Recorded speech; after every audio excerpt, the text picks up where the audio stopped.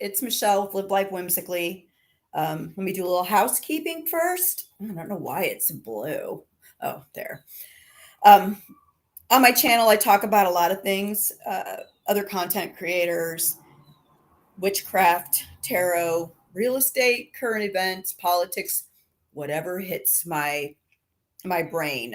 It's That's why I call my channel Live Life Whimsically, and I'm just trying to actually figure out what I want to do completely on YouTube and just throwing spaghetti at the wall, as they say, to see what sticks.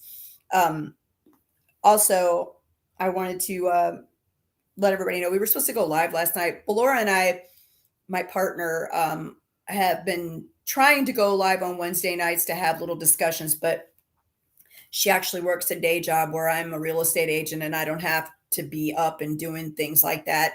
So we decided we're going to start making Friday nights our thing. I don't know if to come up with a different name because Whimsical Wednesday is not going to work if we're doing it on Friday. And then it's also meaning that your girl's going to have to be better about her drinking, because usually we did happy hours on Friday. So I'll have to be careful since I'm really watching my diet, not carving out too much and doing vodka, which really hits me harder. So anyway, what I've been doing since the first of the year, and as we go on, I'll probably stop telling you all this because if you're watching, you already know that I've been pulling a tarot card a day because I have some major changes going on in my life that I'm not yet ready to share with everyone. And I themed my year, and my theme is finding myself and figuring out who I was before all the trauma changed me. And so every card has been a build on that and what I plan on doing. And so I like to live react to them. So that's why the title is not really is not conducive to bringing lots of people in until after I figure out what I'm going to do and what card I get. Oh my gosh, the cable people are here. I hope they don't mess with my internet right now because that's going to piss me off. Anyway, also, I wanted to let you guys know about this book. Not everything in it do I find wonderful, but trying to find a devotional for pagans is really hard. And this one right here, Pagan Every Day, is by Barbara Ardinger.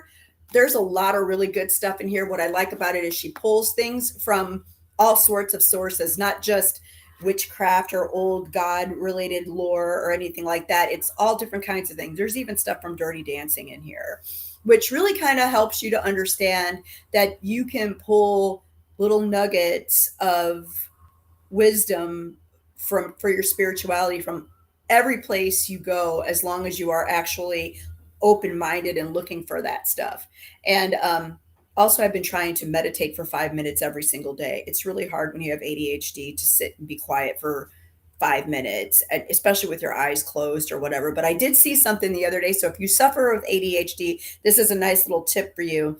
A woman that I follow on YouTube that has ADHD actually said that she likes to just turn all of her electronics off and just take a second to sit in her hammock in the corner of her house where she has this really nice window and she can look out. And it's not like she's looking out at a bunch of natural stuff, although of course, there's yard out there, but it's just a regular neighborhood street, and she's just quiet and listens and looks around for a few minutes, and that's her meditation. And I think when you can't control your mind, that might be a really cool thing to do. So I wanted to read today's chapter for you. They're very short before we pull the card, because I kind of wanted to go through the process of what my spiritual practice is as a pagan.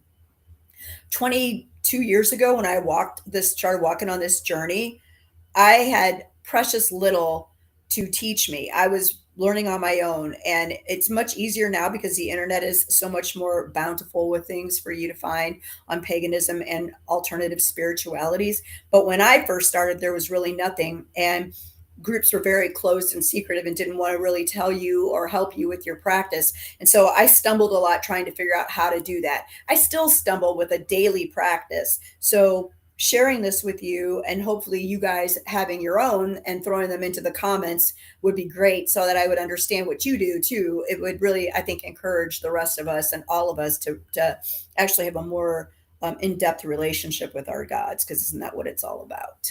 So today's January 5th, home as a process. So moving into a house or an apartment does not automatically render us at home. We need to build our home not with boards and bricks, but with intentions. When I move into a new place, even before I unpack the kitchen, I have to hang my walls, my art collection, mostly original pieces, but not by anyone famous, does more than hide the landlord's white paint. It adds personality to my space. My familiar paintings and photographs are old friends in a new neighborhood.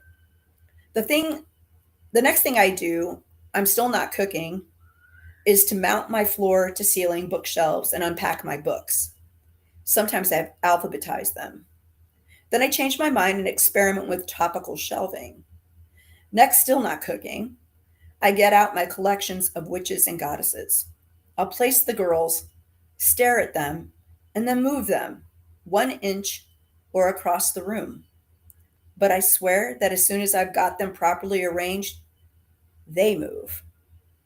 When I count them, I never get the same number twice. When I'm making my house a home, the word obsessive is inadequate to describe my process.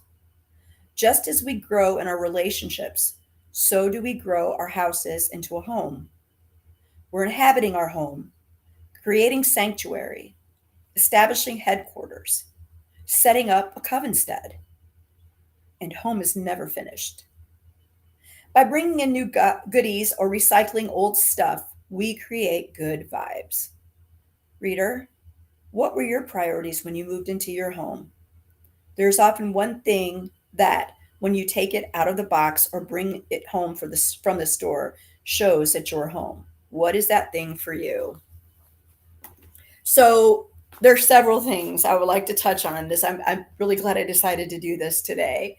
Um, she puts her people up, or her gods and goddesses. Belora made an ancestor wall for me at the house that I lived in before I moved in with her. And when I go back to take all my stuff down, that's going to come with me, of course, and that's going to get painted. The whole wall's going to get painted in my bedroom the same way that it's painted at my house that I have right now. Um, so those are those people that are on my wall are not all just my family ancestors, but they're people that I closely identify with for their creativity, their originality, and their courage to be fiercely themselves no matter what anybody thinks about them. David Bowie and Prince are up on my wall, as is Lenny Kravitz. uh, David Bowie, to me, is the personification of bravery.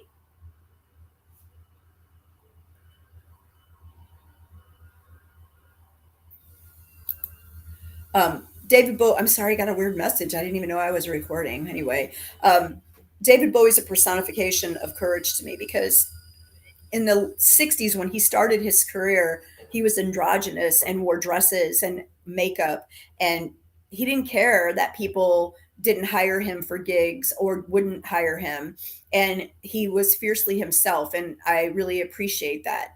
Same with Prince, who embraced his sexuality and his passion. He was like two different people, on like one person on stage and one person in his real life, very quiet and subdued. If you watch interviews with Prince, he was quiet and subdued in interviews, but on stage there was that flamboyant personality. And a lot of his songs, if you, like I told you guys yesterday, I'm really into the lyrics because poetry.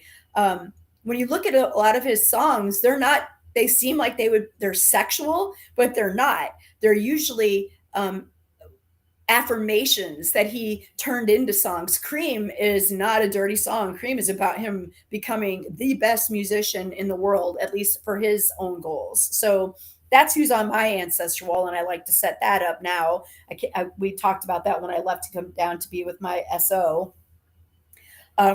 Also, she said, what is the one thing that you do when you move into your house that's uniquely your own to make it yours? My kitchen is really important to me. Cooking growing up in a very ethnically Greek family, that's a really big deal to me. So my kitchen is important to me, as is my living space where I sit, read, do my nails, whatever. That's super important to me. When we moved into the house that we're in right now, my soon to be ex-husband and my son and my father, The only thing that was important to me about that house was finding a space that I could care for my dad with Alzheimer's. So it's not lost on me today in this devotional to realize that that house was only temporary. It was only ever supposed to be temporary. And it has served its usefulness, and it will now become something else, an income producing property for me as I move on in my life. So let's look at our cards, and we're going to build on the Page of Swords from yesterday.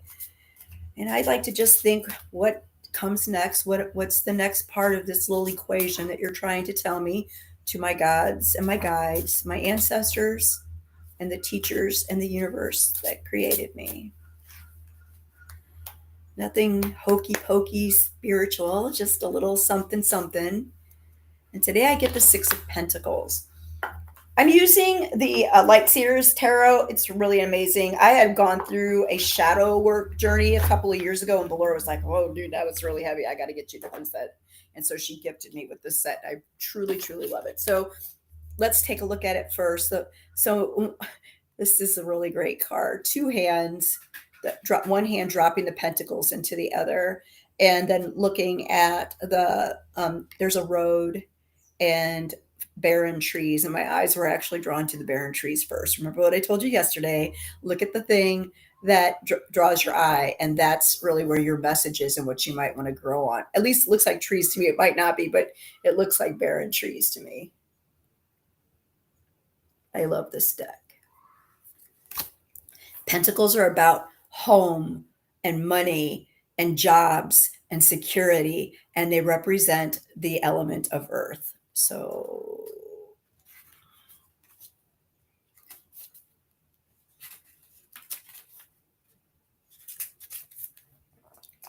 two-way abundance, giving and receiving, being charitable, a positive and generous mindset, advancement, awakening, inflow, help coming from others. Being open to give to others and to receive from others are states that we must all cultivate. This card asks you to experience these consciously. How does helping others make you feel? It feels good, right? Abundant, heart-centered. Gifting your time, money, or energy to someone else will open up the floodgates of new resources coming your way. Be generous with everything you have learned and remain conscious of the flow of abundance from the universe. Consider these sacred dualities: learning and teaching, receiving and giving, accepting and offering. Open your heart to the sacred balance of energy and fill in any gaps you have around scarcity and abundance. It will imbue your life with compassion and generosity and usher in new states of prosperity. Donating your energetic resources to help others will be life-changing for those in need. Choose a cause that moves your soul and watch your feelings of prosperity shift. I show gratitude for my life through generosity and compassion.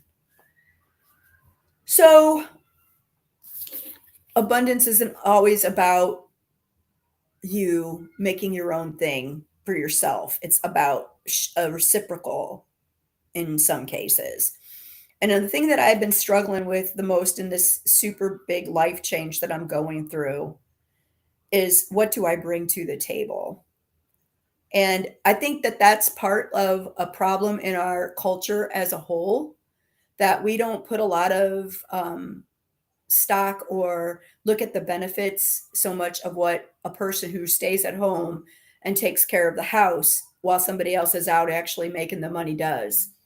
And I think what this card is really telling me, and I struggle really hard with that, feeling like I don't bring anything to the table when I don't have a steady income, because real estate is hit or miss, man.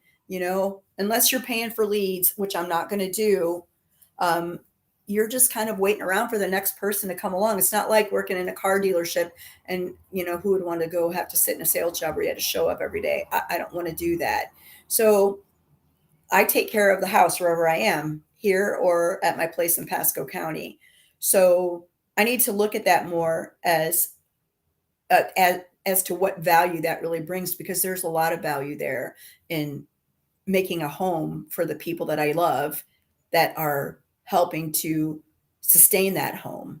So there's abundance in the fact that I do my part and they do theirs. And it's reciprocal, and to not lessen what I do, because what I do is significant by building a home. So, what is it today? What was your card? Leave it in the comments. Tell me if you agree with my thoughts on this card. I'd like to hear from you. And I really appreciate you liking and sharing and maybe subscribing to this channel. I hope you have an outstanding day, and we will see you tomorrow twice. See ya.